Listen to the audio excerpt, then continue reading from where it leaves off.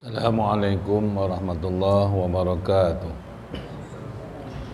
Ila hadarti sayyidina wa habibina wa syafi'ina Muhammadin sallallahu alaihi wasallam, thumma ila arwahi abaihi wa ihwanihi minal anbiya wal mursalin, salawatullah wa salamuhu alaihi wa alaihim ajma'in, wa ila arwahi alil kubur minal mu'minin al mu'minat wal muslimin al muslimat wal muallimin wal muallimat kullu ajma'in. Syarul Fatihah. A'udzu billahi minasyaitonir rajim. Bismillahirrahmanirrahim. Alhamdulillahirabbil alamin. Arrahmanir rahim. Maliki yaumiddin. Iyyaka na'budu wa iyyaka nasta'in. Ihdinas siratal mustaqim. Siratal ladzina an'amta 'alaihim ghairil maghdubi 'alaihim waladdallin. Amin. Bismillahirrahmanirrahim. Alhamdulillahirabbil alamin. Wassalatu wassalamu ala sayyidina Muhammadin asyrafil anbiya wal mursalin wa ala alihi wa sahbihi ajmain. Rabbi shrah li sadri wa yassir li amri wahlul 'uqdatam min lisani yafqahu qawli. Subhanaka la 'ilma lana illa ma 'allamtana innaka antal alimul hakim. Wala haula wala quwata illa billahil aliyil azim. Allahumma shalli ala sayyidina Muhammadin wa ala alihi wasallim. Allahumma shalli ala sayyidina Muhammadin wa ala alihi wasallim. Allahumma shalli ala sayyidina Muhammadin wa ala alihi washabihi wa barik wasallim. Ilahi anta maksudi wa ridhaka matlubi a'tini muhabbatan ma'rifatak. Bismillahirrahmanirrahim. Alif lam mim. Allahu la ilaha illa huwal hayyul qayyum wa anatil wujuhu lil hayyil qayyum wa qad khaba man hamala zulma wa may ya'mal minas solihati wa huwa mu'minun fala yakhafu zulma wala khadma. Hasbiyallahu la ilaha illahu alaihi tawakkaltu wa huwa rabbul arsyil azim. Wala haula wala quwata illa billahil aliyil azim. At-tahiyyatul mubarakatus salawatut thayyibatu lillah. Assalamu alayka ayyuhan nabi wa rahmatullahi wa barakatuh. Assalamu alayna wa ala ibadillah sholihin. Qala Allah ta'ala a'udzu billahi minasyaitonir rajim. In tajtanibu kaba'ira ma tunhauna anhu wa nukaffir ankum sayiatikum wa nudkhilkum mudkhalan karima.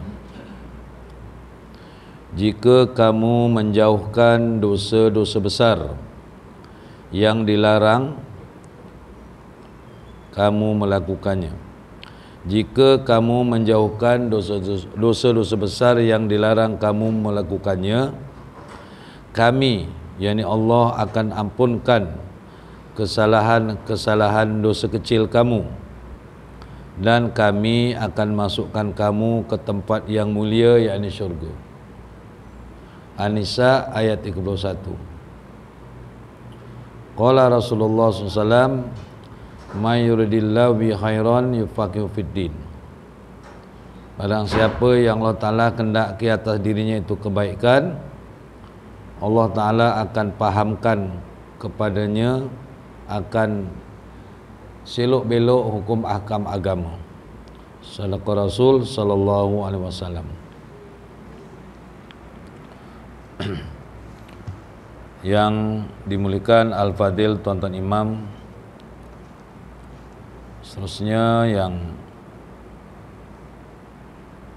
Tuan Bilal dan Yang Amat berusaha, lagi dihormati Tuan Pengungsi serta ahli-ahli jawatan kuasa, tuan-tuan guru, para alim ulama, para muhibbin rahimakumullah. Alhamdulillah, bersyukur kita kehadirat Allah Subhanahu wa taala kerana dengan limpah kurnia pada petang yang berbahagia ini, kita telah ditakdirkan oleh Allah Ta'ala bertemu sekali lagi dan kita bersyukur kerana kita ditemukan oleh Allah Ta'ala di dalam tempat yang baik, iaitu di rumahnya yang mulia, iaitu rumah Allah. Kemudian kita dapat insya-Allah menghidupkan sunnah Nabi yang agung, iaitu majlis ilmu. Mudah-mudahan Allah Ta'ala terus memberikan nikmat ini kepada kita, dan mudah-mudahan Allah Ta'ala ampunkan segala dosa-dosa kita. Para muhibbin rahimakumullah, di kesempatan ini saya pada hari ini sebagai menggantikan tempat Ustaz Aziz yang tanpa hadir.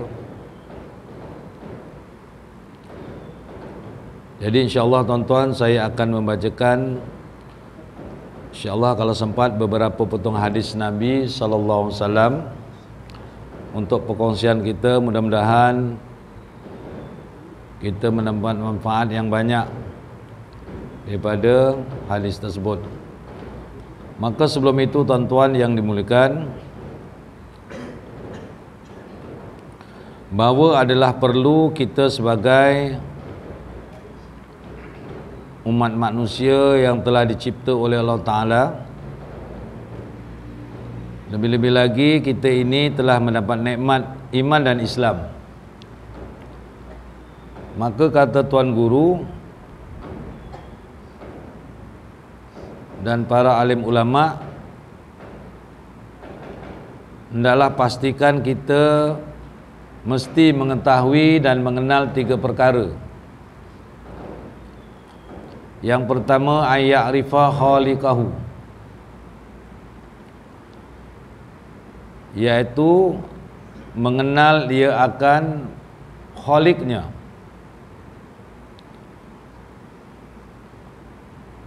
Kita orang beriman, sebelum kita mati ini tuan-tuan, dalam hidup kita hari ini, pertama mesti kita kenal ayya'rifa khaliqahu, mengenal siapa yang mencipta kita. Yang kedua, ayya'rifa darran aw naf'an. Yang kedua, kita kena mengenal dan mengetahui darran, satu-satu perkara, satu benda yang memberikan mudarat selepas kita mati, aw naf'an, ataupun manfaat. Itu yang kedua. Maknanya kena tahu suatu amalan, satu perkara, satu benda yang kita hidup pada hari ini, kerana kita yakin bahawa kita akan mati dan hidup semula buat selama-lamanya. Maka hari ini yang kita sedang jalani hidup tu kena tahu, adakah itu disebut sebagai darran atau naf'an, adakah dia itu mudarat ataupun bermanfaat. Maknanya apa yang kita lakukan pada hari ini di dunia, dia memberi mudarat selepas kita mati, atau dia memberi manfaat. Itu yang kita kena tahu. Dan yang ketiga, ayya'rifa ahwalahu ba'dal maut. Ayya'rifa ahwalahu ba'dal maut. Yang ketiga, kita mesti tahu, iaitu keadaan kita nanti selepas kita mati. Kita kenalah ambil tahu, kena ambil tahu, iaitu selepas kita mati nanti ni, ahwalahu ba'dal maut, hal keadaan kita, sama ada kita nanti ni akan didudukkan ke dalam syurga ataupun neraka, na'udzubillah. Itu kita mesti tahu, dan kita mesti cari jalan bagaimana supaya selepas kita mati ini, kita hidup semula dalam keadaan bahagia, gembira, mendapat nikmat. Kerana kehidupan akhirat itu adalah kehidupan yang selama-lamanya. Tidak ada lagi hidup di dunia, dan waktu itu tidak ada lagi ibadat-ibadat yang namanya sembahyang, puasa, dah tak ada. Hari akhirat tu hanya untuk mendapatkan balasan saja. Balasan yang kita beramal di dunia ini, kerana balasannya ada dua, sama ada neraka ataupun syurga. Itu saja. Jadi oleh kerana itu, para ulama menyebut hendaklah kita mengetahui ahwal kita, keadaan kita, sama ada kita ini bagaimana. Jadi yang pertama tadi, aya'rifa khaliqahu. Hendaklah kita mengenal siapa yang mencipta kita. Siapa yang mencipta kita, siapa yang mencipta langit dan bumi, siapa yang mencipta alam ini. Jadi setelah kita mengetahui siapa yang mencipta alam ini, baru di sana kita akan kenal diri kita. Para ulama menyebut dalam kitab dalam pembahasan tauhid, apa kata ulama? Awwaluddin ma'rifatullah. Tuan-tuan biasa dengar ni kalimah ataupun kata-kata pujangga para ulama. Awwaluddin ma'rifatullah. Awal agama itu mengenal Allah. Kemudian itu adalah awal agama. Kemudian dikatakan lagi, man arafahu arafal. Man arafahu arafa rabbah. Barang siapa yang mengenal dia, siapa yang mengenal dirinya, dia akan mengenal Allah daripada situ.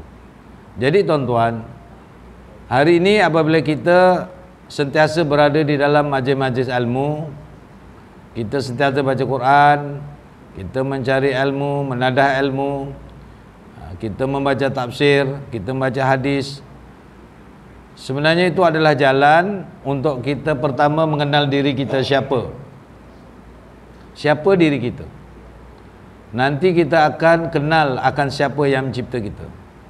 Kalau seorang itu tidak kenal diri, dia tak kenal diri itu siapa, dia akan tidak kenal siapa pencipta dia. Maka akhirnya dia akan hidup menyusahkan diri dia dan menyusahkan orang lain. Kerana dia tak kenal diri dia siapa. Dia akan buat apa saja yang dia suka mengikut hawa nafsu dan bisikan syaitan. Ini sangat berbahaya. Maka tuan-tuan, mudah-mudahan majlis-majlis seperti ini tuan-tuan, kehadiran tuan-tuan, Allah Ta'ala anugerahkan istiqamah untuk terus duduk di dalam majlis-majlis seperti ini. Yang kita sebut selalu bahawa dengan majlis seperti inilah Islam berkembang, dari sedikit hingga banyak, dari semasa hingga semasa. Daripada Islam tidak dikenal hingga akhirnya Islam pernah memerintah dunia, 1/3 dunia telah dikuasai, diperintah oleh Islam. Jadi alhamdulillah tuan-tuan, maka untuk supaya Islam terus berkembang, terus membiak berkembang dan diwarisi oleh anak cucu cicit kita, maka kita kena ada satu usaha hari ini, sementara kita masih lagi hidup, ada satu usaha untuk mengembangkan agama Islam ini kepada masyarakat, khususnya kepada keluarga kita, anak-anak kita. Jangan kita biarkan begitu saja. Kita ni sebagai ketua keluarga, kita yang kena dulukan mengenalkan kepada anak-anak kita akan agama kita yang suci ini. Kita tidak boleh tinggal mati gitu aja tuan-tuan. Kita pastikan anak kita itu tahu agama, tahu, kenal siapa Tuhan dia, sebelum kita meninggalkan mereka buat selama-lamanya. Agar anak-anak kita, zuriat keturunan kita juga kenal Allah macam kita kenal Allah. Anak-anak kita akan tahu perkara yang mudarat dan perkara yang manfaat. dan anak-anak kita juga akan tahu keadaan dia nanti selepas dia mati. Setelah kita mati dulu, kemudian mereka pun akan meninggal dunia. Tuan-tuan yang dimuliakan, jadi untuk kesempatan ini saya nak membacakan sepotong hadis Nabi SAW yang diambil daripada kitab hadis yang disusun oleh Tuan Guru kita Syekh Muhammad Nuruddin Almarbu Al-Banjari, yang dikumpulkan dalam buku 40 dosa-dosa besar, 40 hadis tentang dosa-dosa besar. Jadi tuan-tuan, Allah Ta'ala berfirman dalam surah An-Nisa tadi tu, ayat yang 31, in tajtanibu kaba'ira ma tunhauna anhu nukaffir ankum sayiatikum. Jika kamu menjauhkan dosa-dosa besar yang dilarang kamu melakukannya, kami akan ampunkan kesalahan-kesalahan, yakni dosa-dosa kecil kamu. Jadi tuan-tuan, Allah Ta'ala menyuruh kita supaya menjauhkan diri daripada melakukan dosa-dosa yang besar. Dalam buku ini dimuatkan ada 40 hadis berkaitan dengan jenis-jenis dosa besar. Jadi tuan-tuan, sekiranya kita ni tak tahu, tak mengetahui, tak mengenal yang mana satu kategorinya dosa besar, mana satu dosa kecil, jadi kita bimbang-bimbang, kita terlakukan perkara itu. Kerana penghapusan ataupun untuk meninggalkan atau menghilangkan dosa-dosa antara kecil dan besar ni dia ada perbezaan. Nak hilangkan dosa kecil dengan dosa besar ni dia ada satu perbezaan dari segi nak bertaubatnya, nak menghilangkan, nak menghapuskan dosa-dosa besar dan kecil.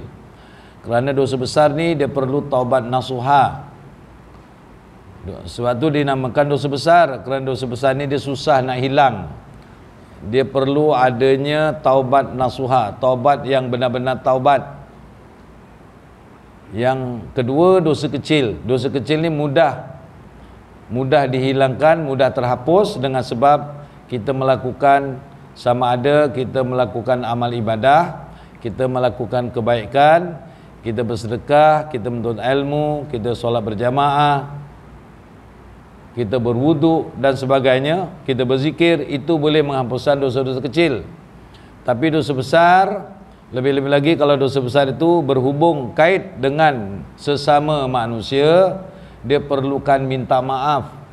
Kalau kita na'udzubillah, kalau berlakunya dosa besar itu dengan ada kaitan dengan harta benda, kita perlu pulangkan, baru yang dikatakan taubat. Kalau kita melakukan satu perkara itu dosa besar yang dikategorikan sebagai dosa yang besar, dilakukan, dia kena berhenti dan stop, mana kata. Sebab tu ciri-ciri orang yang bertaubat nasuha ini dia ada 3. Yang pertama, dia kena berhenti, stop daripada melakukan dosa tersebut, 1. Yang kedua, dia kena bercita-cita tidak akan mengulangi perbuatan ataupun dosa tersebut. Yang ketiga, kena ada satu sifat, tanamkan sifat dalam diri itu, benci, perasaan benci dengan perbuatan dosa besar tersebut. 3 benda ni kalau dibuat dengan sungguh-sungguh, baru dosa besar itu terhapus. Tapi kalau dia sekadar tinggal saja tapi masih ingat-ingat, masih lagi minat, gembira, suka dengan dosa-dosa besar tersebut, cuma dia tak buat sebab mungkin tak ada peluang dan sebagainya, kita bimbang, benda itu tak dikira sebagai taubat nasuha. Kita bimbang, takut dia panggil apa? Taubat sama belacan, orang kata. Pedas berhenti, nanti hilang pedas makan lagi. Jadi tuan-tuan, itu sebab dalam Quran Allah Ta'ala menyebut, sekiranya kamu menjauhkan dosa-dosa besar yang dilarang kamu melakukannya, kami akan ampunkan kesalahan dosa kecil kamu. Walaupun begitu tuan-tuan, Walaupun nama dosa besar satu panggil dosa kecil, tapi yang namanya dosa kalau dibawa mati dia akan dibawa ke neraka juga. Nauzubillah. Sebab tu kita kena bersihkan dosa-dosa ini. Mudah-mudahan saya dan tuan-tuan Allah Ta'ala bersihkan dosa-dosa dengan sebab mudah-mudahan kita sentiasa berjemaah, solat, kita duduk dalam majlis ilmu. Inilah tuan-tuan harapan kita yang semampunya kita lakukan. Kita nak, orang kata nak berjihad fisabilillah melawan musuh-musuh, kita tak mampu. Kita nak bersedekah banyak-banyak, kita pun juga mungkin tak mampu. Kita nak bertahajud malam, sepanjang malam nak bersolat sepanjang malam pun mungkin tak mampu. Tapi mana yang mampu tuan-tuan, kita duduklah dalam majlis ilmu, kita duduk berjamaah bersama-sama sembahyang waktu demi waktu. Mudah-mudahan ini juga menjadi ganjaran kepada kita. Satu lagi tuan-tuan ya, kalau tuan-tuan ingat dulu kita pernah sebut bahawa dalam hadis antara waktu yang paling afdal untuk hampir disamakan dengan tahajud malam tu, iaitu ni dia, menghidupkan antara maghrib dengan isyak. Tuan-tuan, waktu maghrib dengan isyak ni adalah waktu dipanggil waktu perdana untuk mendapatkan ganjaran yang amat besar. Nanti insya-Allah ada masa kita akan cerita berkaitan dengan amalan dan kelebihan kita menghidupkan waktu maghrib. Kerana apa tuan-tuan, kadang-kadang orang dia terlepas pandang antara maghrib isyak tu yang seronok. Lepas maghrib dia akan duduk di meja bulat, dia berbual nak tunggu waktu isyak, dia bual kat luar dan sebagainya kan. Sayang 1000 kali sayang. Ditelan pahit, dibuang, sayang. Sebab dia bukan tak tahu, dia terlepas pandang. Jadi kita kena ingatkan, sayang sangat. Memang waktu tu waktu yang santai. Kata ahli-ahli psikologi, antara maghrib dan isyak ni tuan-tuan, kalau dia dengar kata-kata ceramah ke kuliah, semua jenis apa yang disebut boleh masuk. Apa semua jenis tajuk, semua jenis isu dia boleh terima. Bermakna lapangnya fikiran kita Allah Ta'ala beri pada antara maghrib dan isyak. Jadi jangan disia-siakan. Jadi tuan-tuan, insya-Allah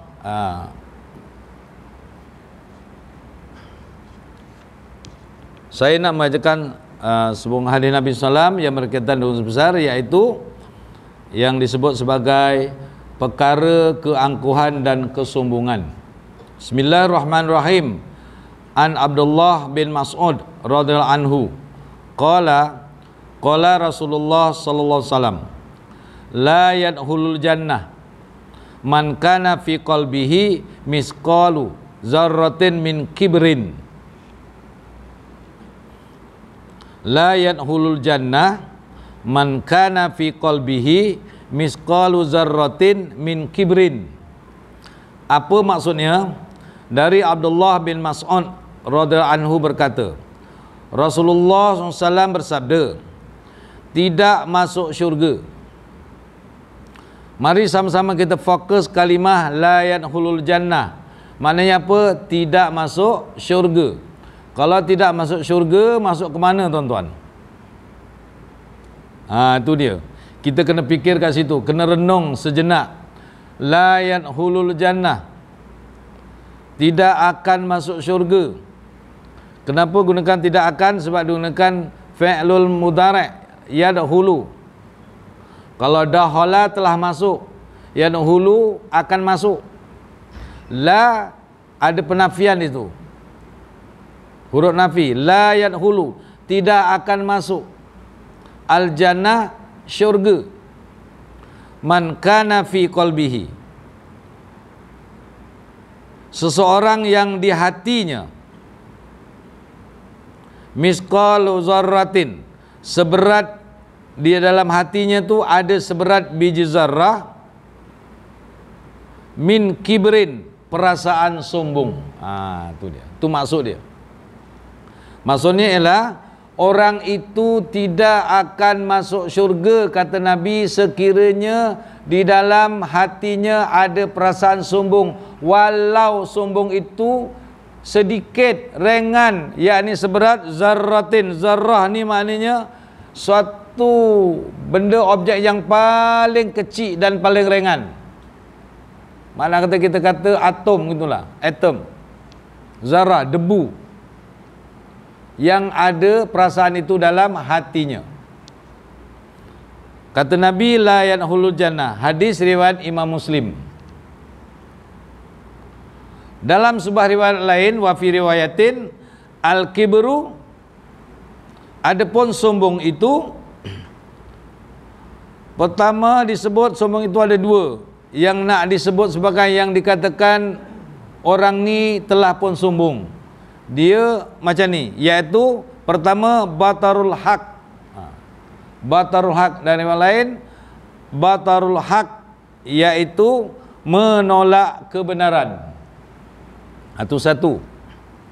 Jadi maknanya kalau dalam hati seorang itu ada perasaan atau ada sikap menolak kebenaran, maka itu dikategorikan sebagai sombong.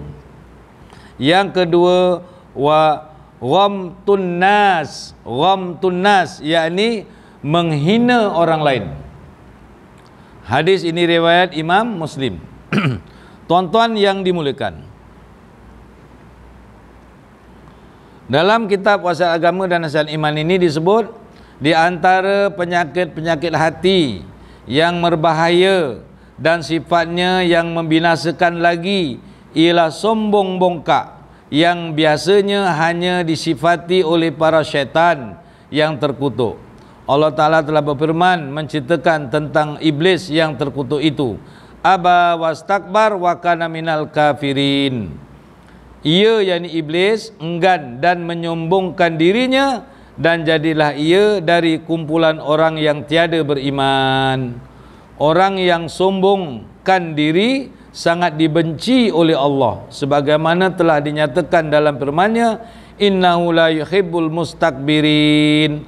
Sesungguhnya dia, yakni Allah, tidak menyukai orang-orang yang menyombongkan diri. Surah An-Nahl ayat 23.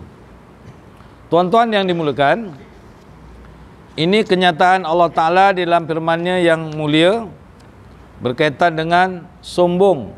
Bagaimana sikap Allah terhadap hamba-Nya yang sombong. Dan firman-Nya lagi, innahu la yuhibbu kulla muhtalin fahur. Sesungguhnya Allah Ta'ala tiada mencintai sekalian orang yang sombong dan membanggakan diri.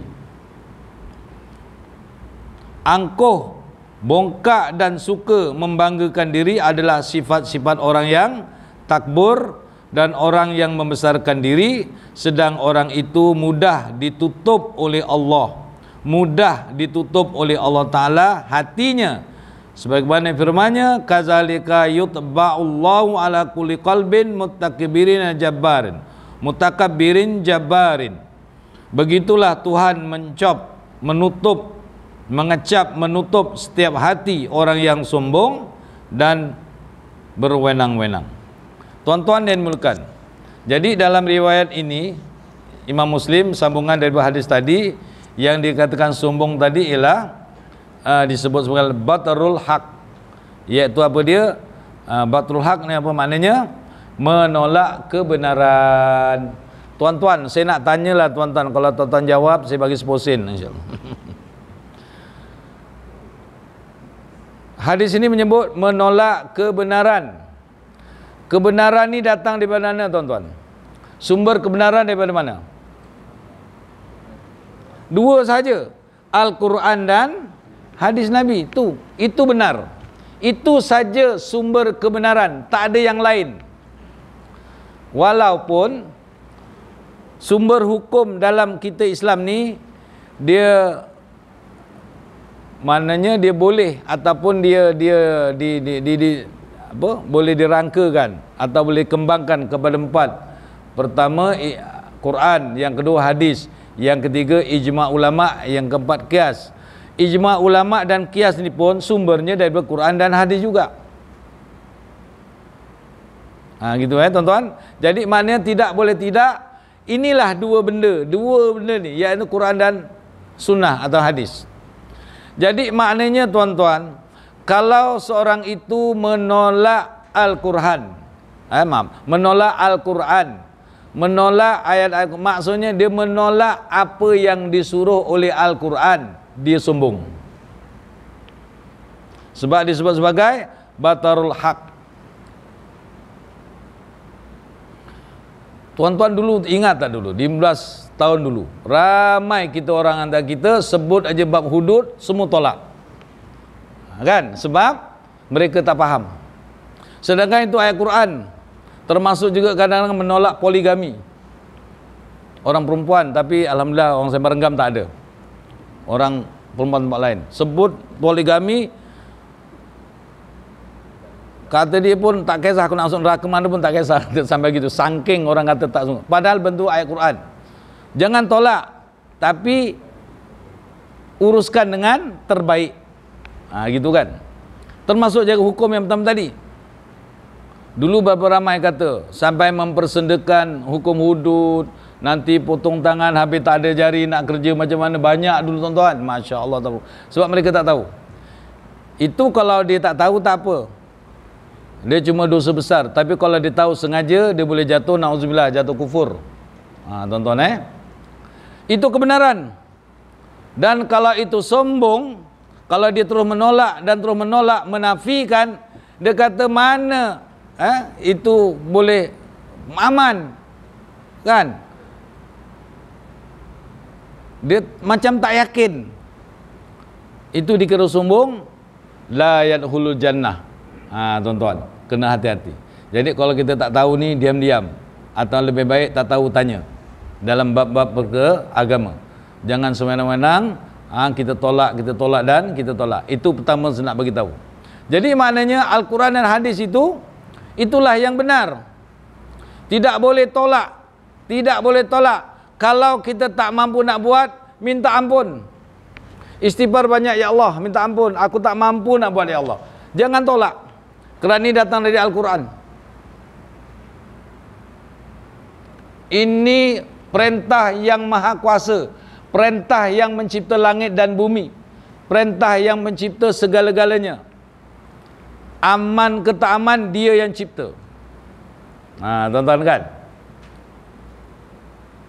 Itu sebab Allah Ta'ala sangat benci dengan orang begini. Syaitan tu tuan-tuan, iblis tadi tu, iblis tu, kita dah pernah cerita dulu kan, iblis tu dialah antara makhluk yang paling pandai, paling berilmu, paling petah bercakap, paling pandai berdebat, paling kuat amalnya, paling kuat zikirnya. Jangan kata dia tu degil mula-mula, kita tak tahu cerita dia ni. Sehingga dia dapat julukan apa? Malaikatul Muqarrabun. Kita dah sebut dulu. Iaitu malaikat. Dia maknanya dia setanding. Kalau dia sembahyang tu di langit sana, dia sebaris satu sop dengan para malaikat. Tu Azazil nama dia kan. Tapi apabila Allah Ta'ala cipta Nabi Adam, kemudian Allah Ta'ala arahkan dia sujud dengan Nabi Adam, yang respect Nabi Adam, dia menolak. Kenapa dia menolak? Dia tak kata dia Tuhan, dia tak kata itu ini, tapi dia kata satu je, iaitu tak layak aku dicipta daripada api, Adam daripada tanah. Jadi dia cipta daripada api, Adam dari tanah. Takkan daripada api tu nak sujud dengan orang yang dibuat daripada tanah? Tak layak. Itu je kata dia. Bukan dia kata Allah tu apa nama dua ke, tak ada. Dia tak kata gitu. Tapi kerana dia sombong, dia anggap api itu lebih baik daripada tanah. Begitu. Yang kedua dia, benda tu adalah arahan daripada yang benar, iaitu sujudlah engkau. Dia tak sujud. Akhirnya aba wastakbar, dia enggan dan takabur, sombong. Maka dia kena laknat sampai bila-bila. Bukan sampai hari kiamat, sampai bila-bila. Maknanya dia akan duduk dalam neraka buat selama-lamanya. Na'udzubillah min zalik. Kita minta jauh daripada perkara-perkara ini. Jadi tuan-tuan, maka itu sebab dalam perkara ini kita kena hati-hati dalam perkara tentang ini. Jadi sebab tuan-tuan, kita kena sungguh-sungguh belajar Al-Quran, belajar tafsir Al-Quran, belajar hadis Nabi supaya kita faham. Jangan sampai nanti tiba-tiba ayat tu Al-Quran kita tak tahu, kita tolak, kita menafikan, kita petikai. Jangan sampai begitu. Sebab kerana apa? Sebabnya tadi kita tak tahu. Kenapa tak tahu? Kita tak nak belajar. Umpamanya gitu. Kita tak nak datang kelas. Jadi tuan-tuan, orang yang tak nak datang kelas ni pun tuan-tuan ada kategori juga. Apabila sebut dia ada kelas, alah, biasa itu aja dia cakap. Kadang gitu ya tuan-tuan. Maaf cakap, memang ada. Alah ustaz itu, alah ustaz ni. Jangan tuan-tuan, kita bimbang. Kerana ustaz-ustaz yang datang tuan-tuan, dia tak cakap benda yang apa. Dia semua baca hadis, baca Quran. Kan sumber yang betul. Bukannya ustaz-ustaz datang tu dia nak jual kopi ke, nak jual apa benda, jual. Tak ada. Dia baca dalam kitab ni. Cuma ulasan tu mungkin lain-lain sikit lah. Tapi maknanya bersumberkan. Sebab tu tiap-tiap kuliah kita tengok kat mana-mana pun dia ada tajuk. Ada apa yang dibawa. Kitab itu, kitab ini. Hadis itu, hadis ini. Maknanya tadi yang kita sebut sumber yang betul, yang benar. Jadi apabila menolak kebenaran dengan tidak ada sebab, berbahaya. Sangat berbahaya. Kalau rasa kita tak mampulah, ada hal lain apa semua. Tak apa, jangan hatinya menolak-nolak. Akur je, istighfar je banyak. Ya Allah, minta ampun, aku tak mampu nak datang ya Allah. Aku ada hal lain. Aku anak-anak cucu datang, aku nak mungkin nak makan kat warung bukan dengan anak-anak. Aku tak. Tapi hati jangan kata eleh, jangan mengeleh-elehkan tuan-tuan. Itu sangat berbahaya. Berbahayanya apa? Ni Nabi cakap, la yanhulnya, kalau tak bertobat dia mati membawa kesombongan itu, la yanhulul jannah, tidak akan masuk syurga. Nauzubillah min zalik. Yang kedua, yaitu menghina orang lain. Itu termasuk orang sombong. Bagaimana menghina orang lain? Yaitu apabila tiba-tiba seorang itu menganggap diri dia lebih daripada orang lain. Kalau pandai, dia lebih pandai dari orang lain. Kalau baik, dia lebih baik dari orang lain. Kalau kaya, dia lebih kaya dari orang lain. Kalau kuat, dia lebih kuat dari orang lain. Kalau berkuasa, dia lebih kuasa dari orang lain. Itu dia. Kadang-kadang benda itu berlaku dalam diri seseorang. Itu yang akhirnya dia tak menghina pada kata-kata, tapi kadang-kadang dia menghina pada bibir, mencemek, ataupun pandangan sinis, tuan-tuan, ataupun kadang-kadang body language dia tu memaknakan dia tu menghina. Ada yang begitu selain daripada kata-kata. Kadang-kadang terdetik dalam diri. Itu yang tuan-tuan kita sebut selalu untuk diri saya juga.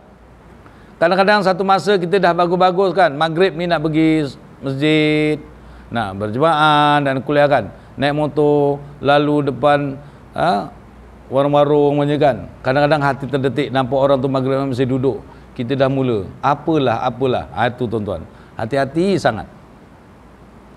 Allah Ta'ala uji kita ke hati kita. Tengok tu dengan anak bini masih kat warung ni dah maghrib apa kan. Hati kita tu dicocok-cocok oleh syaitan. Hati-hati tuan-tuan. Dia dikacau dia gitulah. Itu kalau kita rasa tengok aku ni kan umur dah tua ni kan aku baik tuan itu dah tua masih kata. Hati-hati tuan-tuan bab tu. Bab tu sangat berhati-hati. Kerana inilah mainan syaitan yang sangat halus yang selalu duduk di dalam hati manusia untuk dia mengacau kita. Supaya kita ni sama-sama dengan dia dalam neraka, na'udzubillah min zalik. Jadi apa yang perlu kita buat? Perbanyakkan zikir, banyakkan ingat Allah, banyakkan kalimah la ilaha illallah tu. Tuan-tuan, kalimah la ilaha illallah itu perbanyakkan. Kerana kalimah ini antara selain daripada dia menjadi penghibur kepada nanti kita nazak, dia juga akan menjadi benteng segala gangguan-gangguan syaitan yang akan duduk dalam hati kita. Itu kalimah la ilaha illallah. Perbanyakkanlah kalimah tahlil itu. Pastikan tiap-tiap solat tu kita cuba bacalah. Kalau tak baca bersama imam pun, nanti kita duduk sendiri kita baca. Kita sebut, nak tidur sebut, bangun tidur sebut. Perbanyakkan kalimah la ilaha illallah, kemudian istighfar, kemudian selawat. 3 tu cukup. Kalau dapat dikekalkan, insya-Allah tuan-tuan, Allah Ta'ala akan jaga kita. Dan satu lagi, jangan lupa la haula wala quwata illa billah. Itu pun kita kena sebut. Dan kita sentiasa mohon Allah Ta'ala minta pertolongan, minta pertolongan pada Allah Subhanahu wa Ta'ala. Jadi tuan-tuan yang mulakan, maka tuan-tuan hati-hati dalam perkara ini. Kerana apa? Nabi kata la yadkhulul jannah. Kerana perkara ni dia bermain dalam hati. Orang tak nampak, orang tu sombong tak sombong tu tak berapa nampak. Lebih-lebih lagi kalau kita yang sombong, lagi kita sendiri tak nampak. Itu yang dikatakan penyakit hati, sifat-sifat mazmumah. Orang yang kadang boleh nampak, kita sendiri kadang tak perasan yang kita ni sombong tuan-tuan. Maka perbanyakkanlah tadi berzikir pada Allah Ta'ala. Jadi tuan-tuan yang mulakan, maka saya rasa sampai sini dulu yang dapat saya kongsikan untuk hari ini, untuk menggantikan Ustaz Aziz. Jadi insya-Allah kita akan bertemu lagi lah di dalam kelas tafsir insya-Allah. Jadi mudah-mudahan kita berdoa Allah Ta'ala sentiasa jaga kita untuk kita tidak sombong bongkak, dan kita sentiasa dianugerahkan oleh Allah Ta'ala sifat-sifat mahmudah. Insya-Allah itu saja. Assalamualaikum warahmatullahi wabarakatuh. Subhanakallahumma bihamdika asyhadu an la ilaha illa anta. Bismillahirrahmanirrahim. Asri innal insana illal ladzina amanu wa amilus solihati.